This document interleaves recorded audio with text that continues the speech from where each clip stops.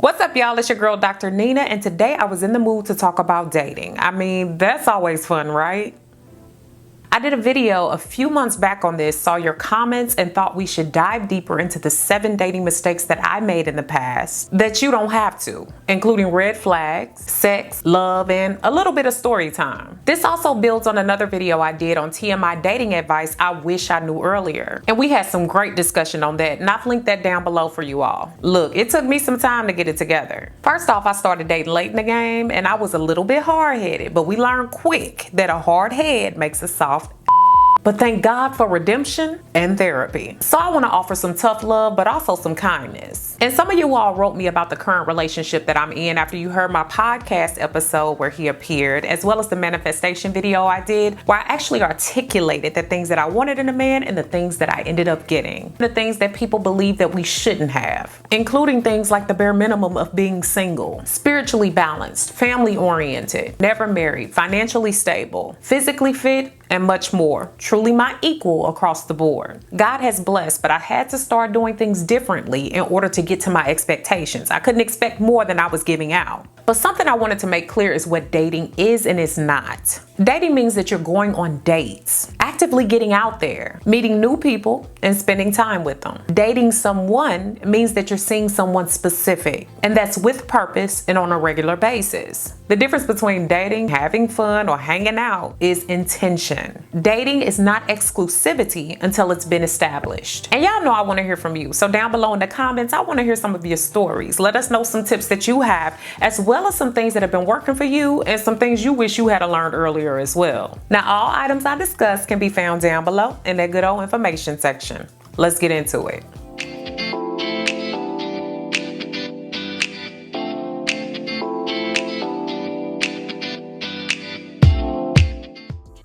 And y'all, don't forget to thumbs up this video if you like it, comment, share, and subscribe. And also click on those notification bells so you can know when I upload on Thursdays and Sundays. Make sure you also check out my Now That's Life podcast, which is now live, and you can check it out on all your major podcasting platforms. Links to my podcast can be found down below in the information section. So y'all, one of the things I wish I had done earlier was checking myself before I wrecked myself. Now, I've said this before, but pray over yourself. Pray that you stay safe and smart through all of this, and pray that whoever's supposed to be in your life remains while the other ones go away. And also pray for the strength to let things go. We know when things get ridiculous and we hold on to them. When we're young and sometimes when we're older, it's easy to point the finger at other people instead of looking at ourselves and deciding on what we're doing wrong in the process. But are you healing from previous relationships? Are you walking into situations blindly? Are you actively working on yourself? And are you putting on a cape and caping for those who would never care or give 2 craps about you? Make sure that you're checking in on what you're doing and that you're clear on your expectations and what you want. And remember, you're never too broken for therapy. I've openly shared with you all the power of therapy, and myself, I've been in therapy for a while, and I think it's awesome.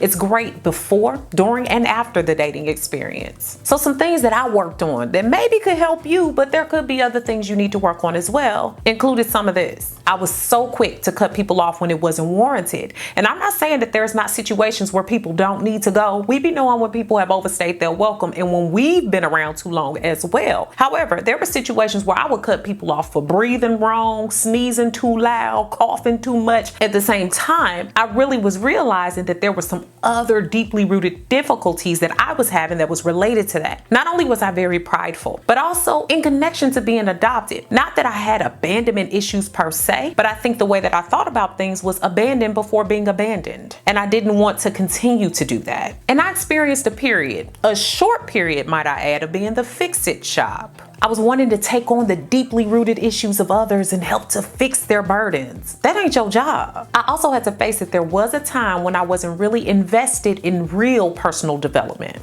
And I'm not talking degrees and achievements. That's only a part of the journey. I'm talking about real experiences, spiritual connection and development, the real physical and mental work. And I mean digging deep into my definition of what femininity meant to me and exuding that. overall, you could be dealing with some deeply rooted issues that could be preventing you from moving forward to your ultimate. Check that now. Y'all, the next thing is that at one point I failed to realize whether or not I was the cool, developed, amazing dating material I thought I was in my head. I remember I told you guys that I had to ask myself a series of questions, but I had a mentor at one time that asked me to ask myself, would you want to date you? My mentor told me that while they thought I was a great person, they didn't think I thought that at the time, and that was going to hinder my experiences with other people. Ouch. When you get all caught up in the I'm okay, I'm cool, I don't ever really take myself seriously cycle, you end up casting all your pearls to swine. What that means is that you waste your good things on people that will never appreciate them. I'm talking about your mind, your body, and your soul. Overall, that includes your time, your resources, your intimacy, your sexual side, your space, your family, and or your friends. You attract exactly what you put out there. So if you want your best, you got to be your best. Be the best that you can be. Lead that thing by example. Honestly, the more that I gave to myself, the less I was easily impressed by people that were giving out small gestures to me in order to get me at a discount price. When you invest in yourself, you teach others how to treat you, love you, adore you, and uphold you and your standards. You show them better than you can tell them that you will not be taking less than what you are. Let people show you that they value you by coming up to your standards that you set, mentally, spiritually, physically, and emotionally, or you find yourself in a world of trouble. I was so blessed to have a mother that wanted balance for me. So while I achieved a lot in my career in academics, she also wanted me to take time to balance out how I looked, how I presented myself, how cultured I was, heck, how I smelled. Might seem small, y'all, but it's important. I invest in working out, taking care of my skin, doing my hair. I never leave the house a mess or with a bonnet on. I engage in learning about the world, developing good relationships, and my personal development. People often learn you by what you show them. So what is the message you're sending out? No, really, I want to know the message that you feel you're giving out right now. Let us know in the comments. Now, I know I've talked about this multiple times and I'm so serious about this, but in the past, I failed to realize or find comfort in dating multiple people at once while being honest with my dating prospects about it. But I learned real quick. Now, y'all know I ever so gracefully call it the lineup. And I ain't talking about on the back of your neck. I've even been interviewed about my stance on this, and it's never gonna switch up. Now, I know having a lineup may not work for everyone, but I do recommend it for people that are getting into dating so that you don't mistakenly put all your eggs in one basket and start leaning on and becoming desperate for one person that shows you attention. It helped to broaden my horizons when I finally did it. Funny enough, when I stopped dating and pouring all of myself into one person too early, it helped me to see people for who they were. Hear me out here. I was less pressed to push to make something work with somebody just because I wanted a boo. Honestly, it felt real good to make real choices. I mean, things like who to give my time to, who to talk to, who to be serious with. And I'm not saying that you should be sharing your space, mind, body, and soul with all of these folks. But I am saying allow the time that you spend with them to reveal who is there for you and who's not and who needs to go. As much as people believe it brings confusion, I actually feel like it brought me clarity. And it was a real confidence boost to see the phone lines jumping. Real high girl shit. And it's really uncomfortable at first because we've been taught that this one person will come along and they will whisk us away and they will be amazing. And it's going to be that first person that shows you real attention. Not true. And when things didn't work out, I was able to quickly move on to the next one and not sit around crying and thinking only about what I did wrong. Usually who you're dating is probably dating other people as well. So why not be upfront about that? We deserve it and should make a choice. And it also showed the people that I was dating that they were not my only bet. I would go on a date and I would actually ask the person, hey, so are you dating other people? I would be open and honest about that, but a lot of us have learned that that's taboo, we shouldn't ask. But then when we find out on the fly of the flip, then we hurt. No, honey, I wanted to know up front. And you know why? Because I wanted you to know that I was dating other people as well. And maybe that doesn't come up on the first date, but maybe it comes up on the second date. And I've been asked how to do that. So in the past, I have told people, and some people have flipped off about it. Some people didn't like it. And then other people were cool with it. And you know, it was kind of a red flag if somebody got really upset if on the first date we're talking about dating and you're dating someone else and they're mad about it. That's a problem. But I would just introduce it by asking, like, are you dating other people? And if they asked me, I answered Honestly, it made people more forthright in trying to get on my calendar, right? They would make jokes about it like, I guess I gotta get in line, huh? Or I guess I gotta get on your calendar. Or do you have plans on Friday at 7? It made them more decisive too about my position in their lives. And naturally, if things weren't working out, it was easy for us to fall off from each other. And it was just that. Every young woman and even every young man should experience that feeling. So maybe consider getting you a lineup. Y'all, for a long time, I found it too uncomfortable to discuss sex. And then I learned that talking about sex is a must, even if you're not having it. Now, I've shared with you guys before that I grew up Church of God in Christ, and we didn't openly talk about sex a lot. Click like if you can relate. In fact, it seemed like if you talked about it, it was insinuated that you were dirty or even loose sometimes. And this is why I would shy away from the discussion. But I learned over time that it was a grown woman's business to have that talk. I've had so many young men and young women that have come to me that said they felt pressured into something, or that they didn't know why they did it or had sex with someone. And as a side note, it is a big indicator that you probably shouldn't be having sex if you can't even say you're having sex and you have to say you're doing it or you did it. If we still playing those games, you might need to hold off on it, player. And I'm not saying it's first date talk or even second date, but y'all know some of these people are bold and they'll make the moves on you without even discussing sex first. And you'll also find yourself in some compromising positions before you're ready. Honey, you need to be armed. I had to learn to educate myself and get out there and figure things out, and that's why I share so much about sexual health with you all. I learned to speak up to my doctor even when it was embarrassing. I learned that if somebody was too embarrassed, too vague, or too unclear about sex, then they certainly didn't need to be having it with me. Know what you want before you start dating. If that's not having sex, then don't have it. Be willing to accept the consequences, positive or negative, but nobody should be pressuring their way into or onto your body. I learned to speak up to potential suitors and ask them if they were having sex. Had they been tested? When was the last time? Where's the paperwork? And even if they thought they would wait until marriage. You need to know. Always know your status and get tested for everything.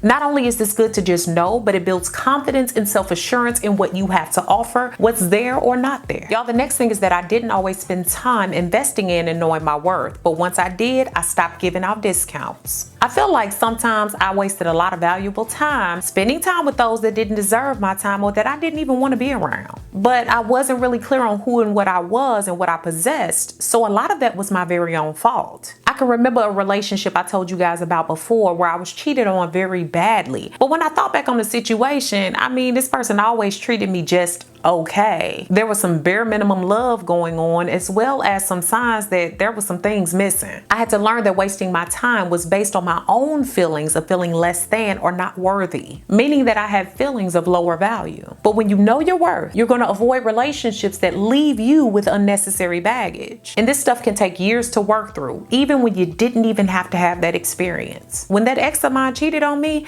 I felt like those feelings lingered for a long time and I wasn't happy about it. But thank God for therapy. Self-worth, self-esteem, and personal development came through me working on a lot of things, like putting myself first. I stopped with all the heavy self-criticism. I started looking for the good in my own life. I identified my own needs and wants. I started taking risks. I practiced saying no, and I say no very well now. I worked on developing my weaknesses, stopped comparing myself to others, did more things I enjoyed, and built a strong spiritual connection. And there were some books that really helped me with this as well, and I've shown you guys these before. I started to go out into the dating world knowing what I expected and deserved, which stopped a lot of those toxic relationships. I stopped wasting my own time by engaging in specific things like dealing with people that I saw no future with just because they were nice, because nice people can be serial killers too. I stopped giving people brownie points just because they were nice to me or did the bare minimum. I stopped hanging with the last options or last call people. And I stopped dealing with people that didn't show genuine interest.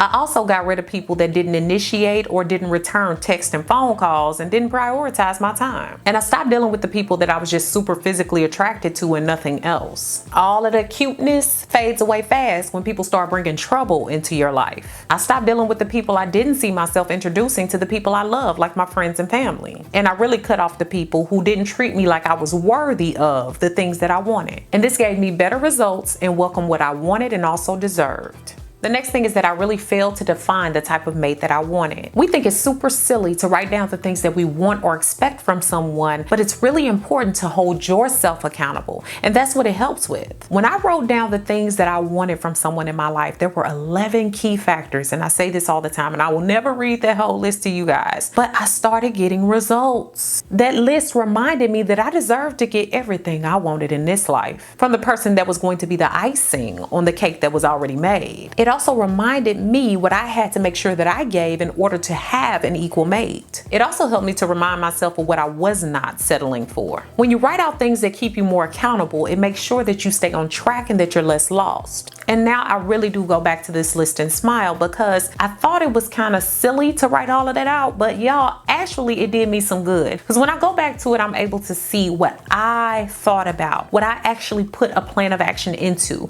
how I was found by someone in order to make my life a little bit different, and a lot different actually.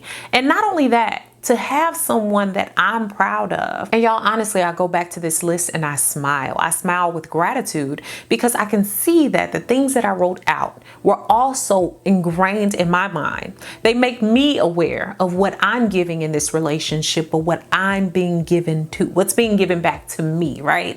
That's a big thing. And not only that, even at times when I didn't think it could be true, I realized that it was manifested from the works that I was putting in, from the prayer, from the sacrifice, from all the things, not that I just felt I deserved, but I was making myself open to being found by someone who could protect, provide, and love me. It really is out there, but you got to make yourself accountable, and you also got to put yourself in the right spaces. And right now, even though we in the house, it's really a good time, because if you want to get on the internet and you want to vet people and talk to people or get in touch or connected with people, you got a lot of time and opportunity and space to talk to people and hear what they're about. And I mean, really listen to what they're doing. And last but certainly not least of the mistakes that I made, which there were several, is that I failed to listen and I talked too much. I missed hearing many of the essential things from people that could have saved my time and some heartbreak. Now remember this, if a person tells you that they're too damaged for you, too much, too crazy, too stupid, or too insert whatever bullish here, just go ahead and take their word for it. Maya Angelou said, when people show you who they are, believe them. I used to talk too much and miss the real conversation and the real exchange with people. But one day that changed. When people started telling me they weren't worthy of me, I started believing them. You cannot fix their problems, you're not responsible for them, and they will start to put those off on you. And you start to become more hurt, more imbalanced, and more insecure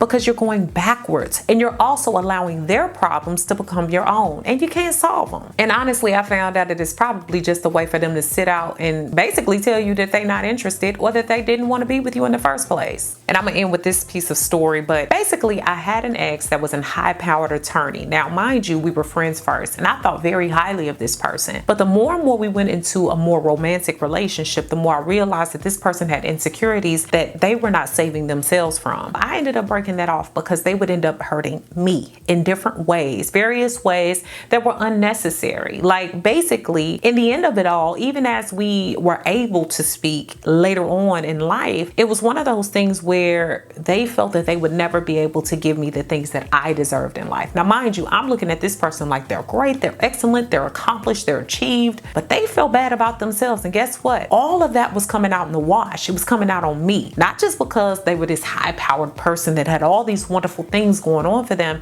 I saw that, but I also thought that they were a good person. At the same time, with them thinking that they weren't, and them being insecure about the person that they were, and them seeing that I was more secure, they didn't feel that they could provide me with the same thing that I had, and the same thing that I could provide, and the rest and the relaxation and the love that I had in my life, because at that time I really had dedicated time to take care of me. And when they were able to articulate that, that made a lot of sense. And I'm happy that I didn't settle in that situation where I would constantly have to be trying to rebuild and rebound and help and break those spirits and those chains when I would be going backwards. You know, I don't care how high that person was, but at the same time, it wasn't my job to fix and mend what was broken. And you don't have to either.